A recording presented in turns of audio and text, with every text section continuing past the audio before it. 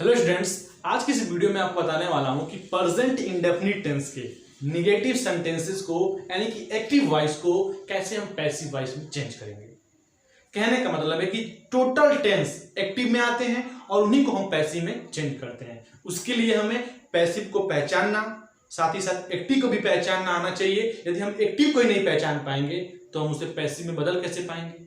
तो उसके लिए आज की जो वीडियो हम शुरू करते हैं, प्रेजेंट इंडेफिनिट टेंस के निगेटिव सेंटेंस को कैसे हम चेंज करेंगे पैसिव में। यदि आप प्रेजेंट इंडेफिनिट टेंस का अफर्मेटिव वाली वीडियो देख लिए हैं तो बहुत अच्छी बात है। यदि आप नहीं देखिए तो डिस्क्रिप्शन से आप उस वीडियो को भी देख सकते हैं, जिससे कि ये भी समझ में आ जाएगी और वो भी समझ में आ जाएगी। साथ ही साथ यदि आपको एक्टिव और पैसिव में थोड़ा भी डाउट है तो उसके लिए भी मैंने वीडियो बनाई है, उसको भी आपको डिस्क्रिप्शन में मिल जाएगा, उससे भी देख लीजिए, आपके टोटल डाउट क्लियर हो जाएंगे। तो अच्छी वीडियो शुरू करते हैं। Present indefinite tense.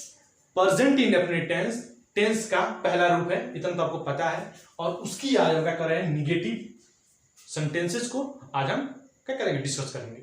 तो उससे पहले हम निगेटिव सेंटेंस को पहचानेंगे कैसे। निगेटिव सेंटेंस को पहचानने के लिए हमें पता होना चाहिए कि सेंटेंस में आपको क्या मिलेगा, नॉट मिलेगा, बिल्कुल नहीं दिखेगा। लेकिन उसको हम पहचानेंगे कैसे, स्ट्रक्चर की मदद से। जब आप टेंस पढ़े होंगे तो प्रेजेंट इंडेफिनिट टेंस का स्ट्रक्चर आपको याद होगा। यदि नहीं याद है तो मैं आपको दिखाता हूं, वो क्या है। वो है सब्जेक्ट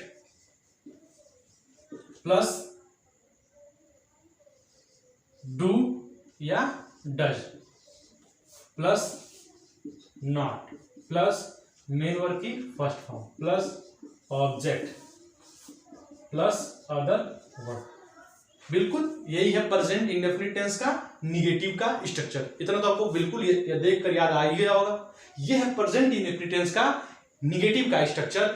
यानी कि मेरे कहने का मतलब ये है कि कोई भी इंग्लिश सेंटेंस इस फार्मूले को अकॉर्डिंग बना हुआ मिलता है तो वह English sentence present indefinite tense का क्या कहता है, निगेटिव सेंटेंस कहलाता है।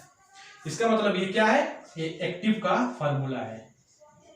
किस टेंस का, प्रेजेंट इंडेफिनिट टेंस के एक्टिव का फार्मूला है। इसका मतलब कि आपको इसी फार्मूले के बेस पे कोई भी सेंटेंस बना हुआ दिखता है तो वो प्रेजेंट इंडेफिनिट टेंस का निगेटिव सेंटेंस कहलाएगा और उसी को हम लोग कहेंगे एक्टिव वॉइस, यानी कि एक्टिव। तो शुरू करते हैं, एक एग्जांपल लेते हैं और उससे मैं आपको बताता हूं। देखेंगे चिल्ड्रन, चिल्ड्रन, उसके बाद क्या आएगा, do not. Children do not play cricket.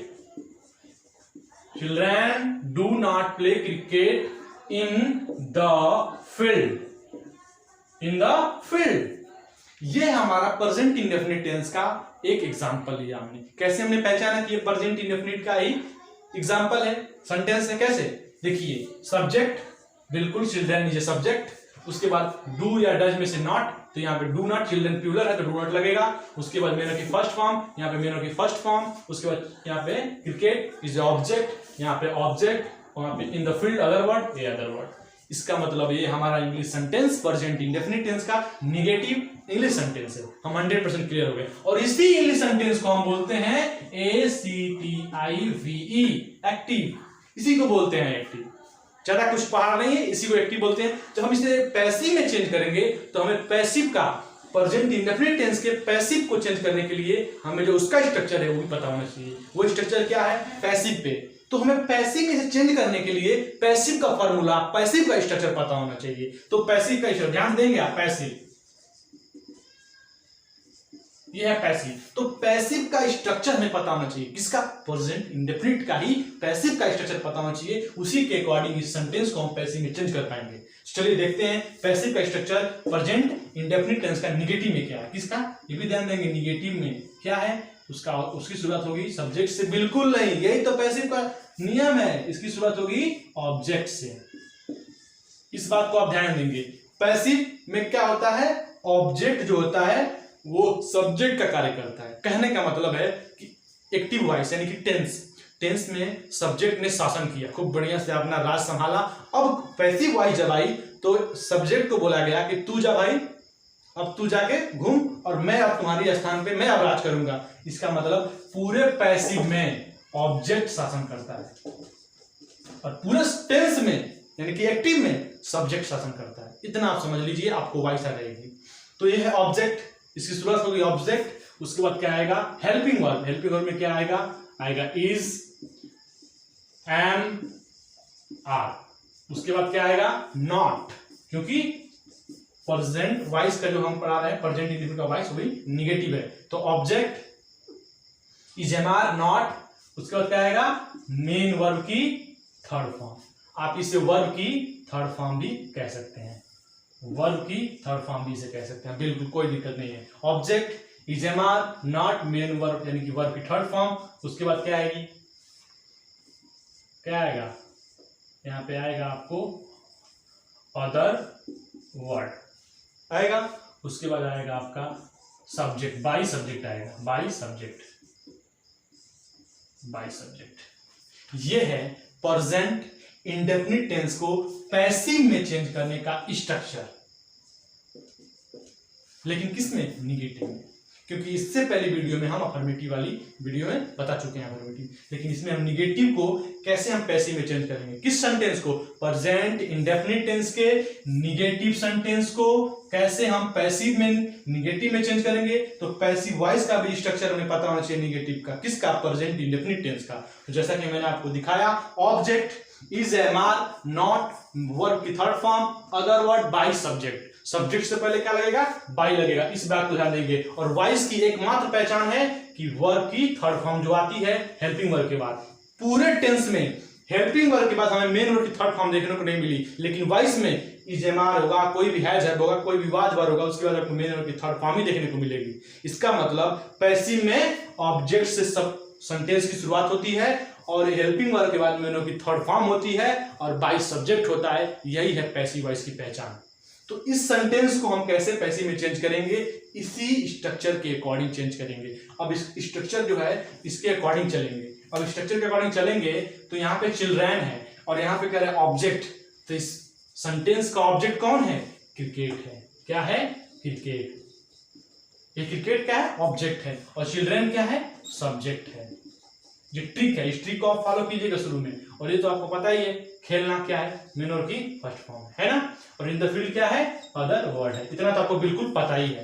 तो जब हम इसे बनाएंगे, बदलेंगे कैसे, एक्टिव से पैसिव में चेंज करेंगे, तो हमें ये फार्मूला जो है पैसिव वॉइस का पता होना चाहिए और हमें इसे पहचानना भी आना चाहिए, जैसा कि मैंने आपको बताया।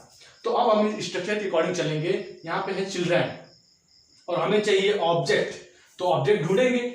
यहाँ पे क्या है, क्रिकेट ऑब्जेक्ट है, तो यहाँ पे आराम से लिखेंगे क्रिकेट। लिख दिया हमने क्रिकेट, बिल्कुल 100% सही है। उसके बाद क्या आएगा, इज, एम, आर।